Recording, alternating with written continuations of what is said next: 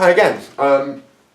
This is the second video I've done, though really there's no reason that it needs to be seen after the first one. This is equally good starting point. What I'm going to talk about in this one is the relationship between reflection and psychotherapy.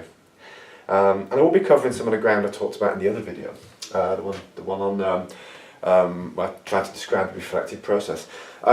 One of the most powerful things I was told when I was doing my psychotherapy qualification, which I've already shared with you, I think in the first lecture, the guy who I was training under was asking, what is he asked us all, what is the process of psychotherapy? What is psychotherapy about? What is the purpose of it? And we all kind of came up with probably quite pompous definitions, whatever. And he said something which quite surprised me, but I found was quite simplistic, but it's actually very, very powerful. What he said is, to him, and he's a very experienced psychotherapist, psychotherapy is simply the process of helping a person go from A to B. That's it. That's what psychotherapy is. And because psychotherapy doesn't need, for example, to be about mental illnesses. It's not about, I'm sure one of us said, maybe me, it's about trying to help clients improve their mental well-being, or to try and help them to deal with mental illnesses or deal with trauma or whatever. But it doesn't need to be like that. Quite a lot of the people who come to see a therapist will say, I don't know what's wrong with me, I just feel I'm a bit stuck in my life. And that's not an illness. It's not necessarily that there's a kind of a lack of well-being in some respects, but it's not the obvious kind of stuff. So he said, well, it could be for anything. Anybody who wants to go from somewhere to somewhere else, psychologically speaking or behaviourally speaking, a therapist can potentially help them. Now, where this becomes tricky is for identifying where A is, and also identifying where B is. So A can be often pretty obvious. If somebody comes in with a severe anxiety disorder, then A is where you are now, which is suffering from an anxiety disorder, and presumably B become a bit straightforward too. It's to not have an anxiety disorder, or at least to have their levels of anxiety reduced or manageable, at a manageable level. But even then, it's not always that obvious what A is and what B is, and quite often clients will come to you with some kind of problem, or they'll tell you you've got this problem, and it turns out that their actual problem after several sessions isn't really what they think it is, it's something else.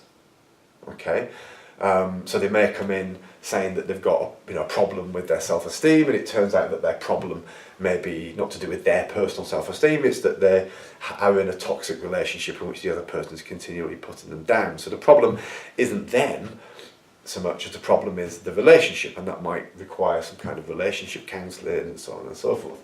So so A is something that we in therapy spend quite a bit of time discussing, because it's not always obvious what is wrong with somebody. It's not always obvious what what A is, because people are full of defense mechanisms. People tell themselves stories. Other people can often put them down and make them feel a particular way. So A is sometimes something that we have to explore, and we hopefully will arrive at that.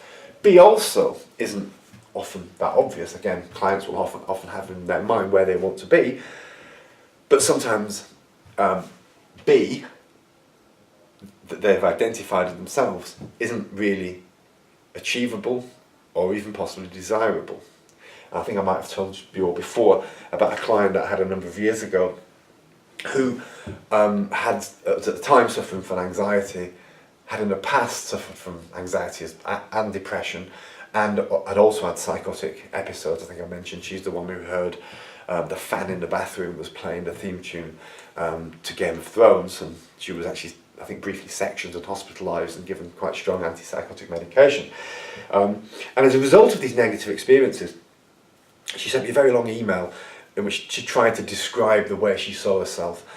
So when she's not suffering psychotic episodes, when she's suffering psychotic episodes or anxiety or depression, she describes herself as unwell.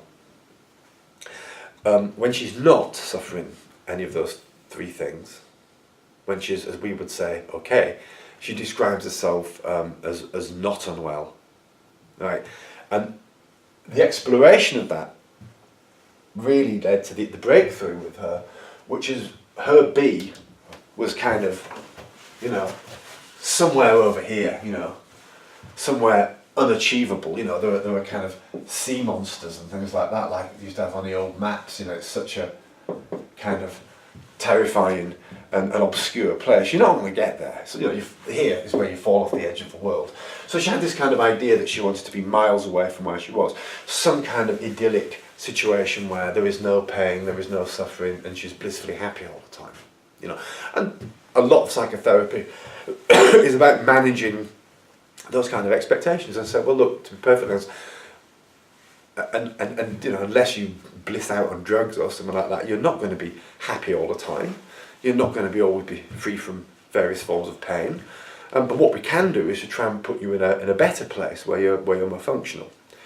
So it's trying to find out where B is. And the problem was that she wanted B was in some blissful state, which is why she was saying, so when she was at A, which is like, let's say when she was suffering all the psychotic symptoms and so on, a normal B, which is the kind of B that maybe you and I experience, was just simply being not unwell. And a lot of the discussion had to kind of persuade herself to try and accept that that you know, she was in a better place than she imagined. There was also a lot of fear there about the psychotic episodes returning and so on. Basically, she was a perfectionist. She had a very, very high set of expectations about how she should behave, how other people should behave, and she also believed that other people had high expectations of her. And it was a lot of the psychotherapy was about trying to readjust those levels of how well she could be, and to try and accept that not unwell, or maybe a little bit further than not unwell, was actually not that bad, and not to continually worry, because you can see that somebody's worrying about being not unwell. You know, I'm not suffering any symptoms, but I'm still not in a great place. That can actually have its own effect on the way that you perceive your life, and potential effects on anxiety and blah blah blah blah. So A to B. So A is a mysterious place, and B is a mysterious place initially. What's this got to do with inflection? I've gone on rather too much about that, I think. What this has got to do with deflection is that life is like this. You know, when you start to reflect, the first part of your reflective process is trying to establish where you are. How are you responding in situations? Are you, you know, overly domineering in conversations? Are you, you know, slightly sarcastic? Are you dismissive of other people's opinions? Do you not listen? And all the good stuff as well. And reflection is about trying to find out where you are, which is A. This is the kind of person I seem to be in certain situations. Now, often we don't know where this is when we don't think about ourselves, and we don't think about our relationships. We're never going to know where we are, how we are.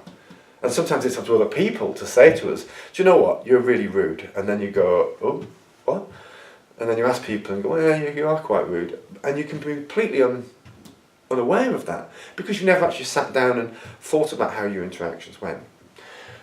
So trying to establish where you are. Where are you? What kind of a person are you? And that's the 360-degree view.